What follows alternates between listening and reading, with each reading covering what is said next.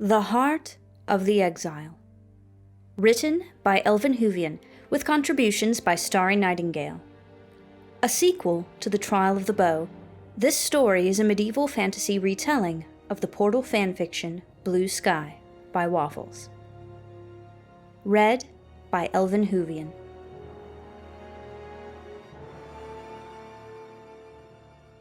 Author's Note. First of all, I would like to thank Waffles for the amazing fanfic that is Blue Sky. It goes without saying that this story would not be possible without her amazing work. Essentially, this is the same story in a different context, so really most of the credit goes to her. Secondly, I would like to thank all of the amazing people on Tumblr who have been so supportive of this retelling, specifically Firiami for her amazing support and promotion of this fic on her blog. Thirdly, I would like to mention a few things about the nature of this story. If you have not read The Trial of the Bow, none of this will make sense, so go to my fanfiction profile, find The Trial of the Bow, and give it a read so that you'll be up to speed. Also, if you have not read Blue Sky, please, please, please go read it. The Heart of the Exile is in no way intended to replace a reading of Blue Sky. This is a, quote, retelling. In other words, the story can stand on its own, as Blue Sky also can, but I in no way want you to read this story and not have read or plan to read Blue Sky. It is, however, perhaps meant to encourage you to read Blue Sky if you have not already. It really is an amazing story that anyone can enjoy, so you can read this, but if you have not, go read Blue Sky. Also, I don't own Blue Sky. This is a retelling of that story. All Valve characters belong to Valve, all Blue Sky characters belong to Waffles. The Ellet people, however, are my creation.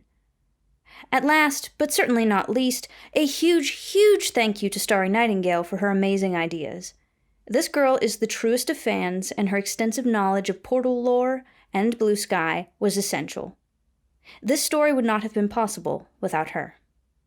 Starry and I have taken a few liberties in this story to make it fit within the world that was established in The Trial of the Bow.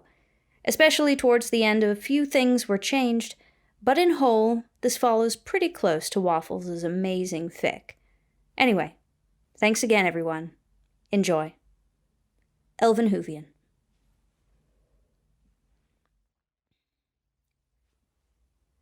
In times gone by, you may have heard of shining aperture, of the oracle's words, of the trial of the bow and the lady Chell, the monochrome queen and the fool who fell. Yet some insist it shan't end there. A song lingers in the high blue air. Still more is there to tell of him whose mind was turned, his destiny grim. The journey, the truth, the far-reaching sight, no power of corruption can withstand the light. So come, dear reader, and sit a while. Thus goes the tale, the heart of the exile. Prologue. Many years ago, in a far distant realm, long before the days of the shining kingdom of Aperture, there lived a race of elf-like people. They called themselves the Ellet, keepers of knowledge and foresight.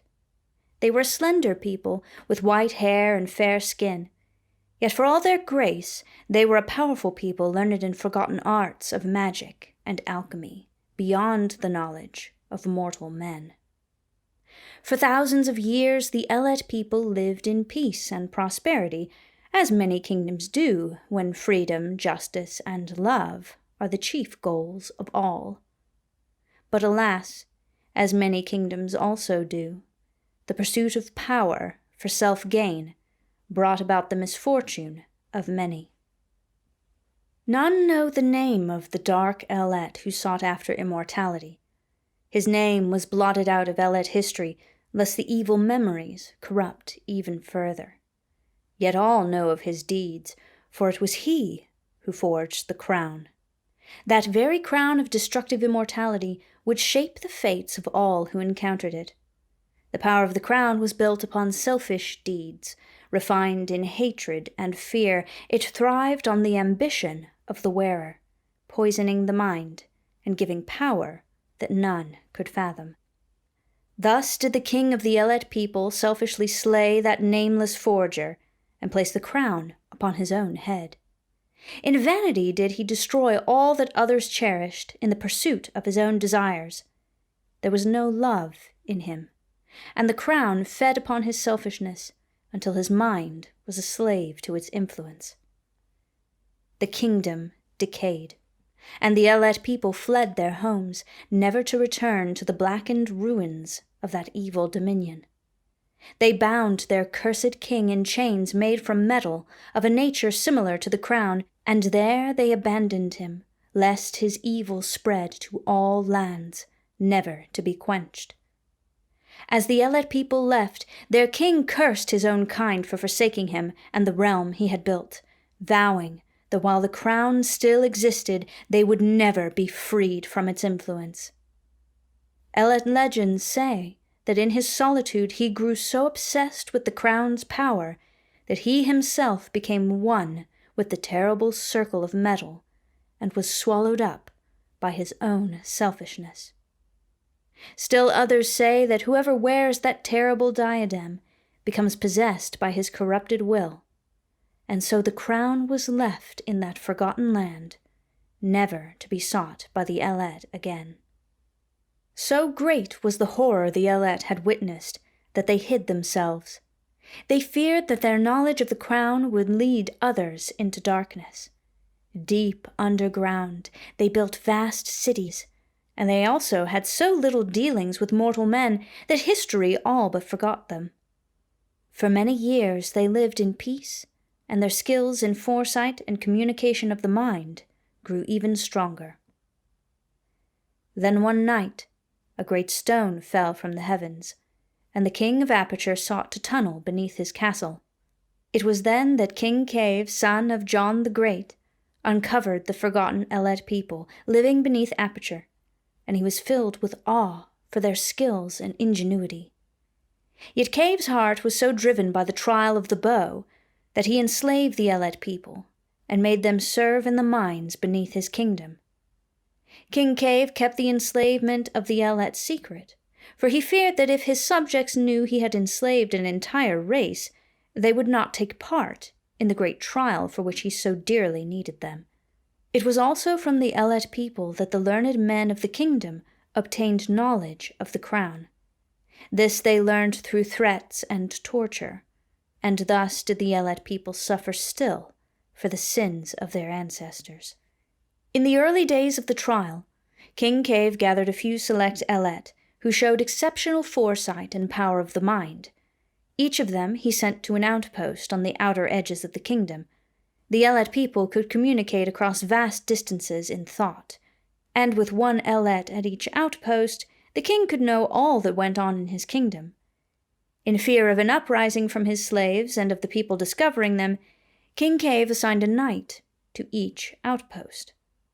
Only a knight of the king could command the Elet of each tower, and the Elet were instructed to take orders from no other, lest they be punished severely.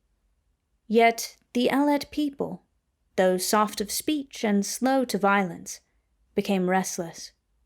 After years of bondage, one by one they began to escape their captors, either retreating deeper underground or wandering the hidden back passages of the castle.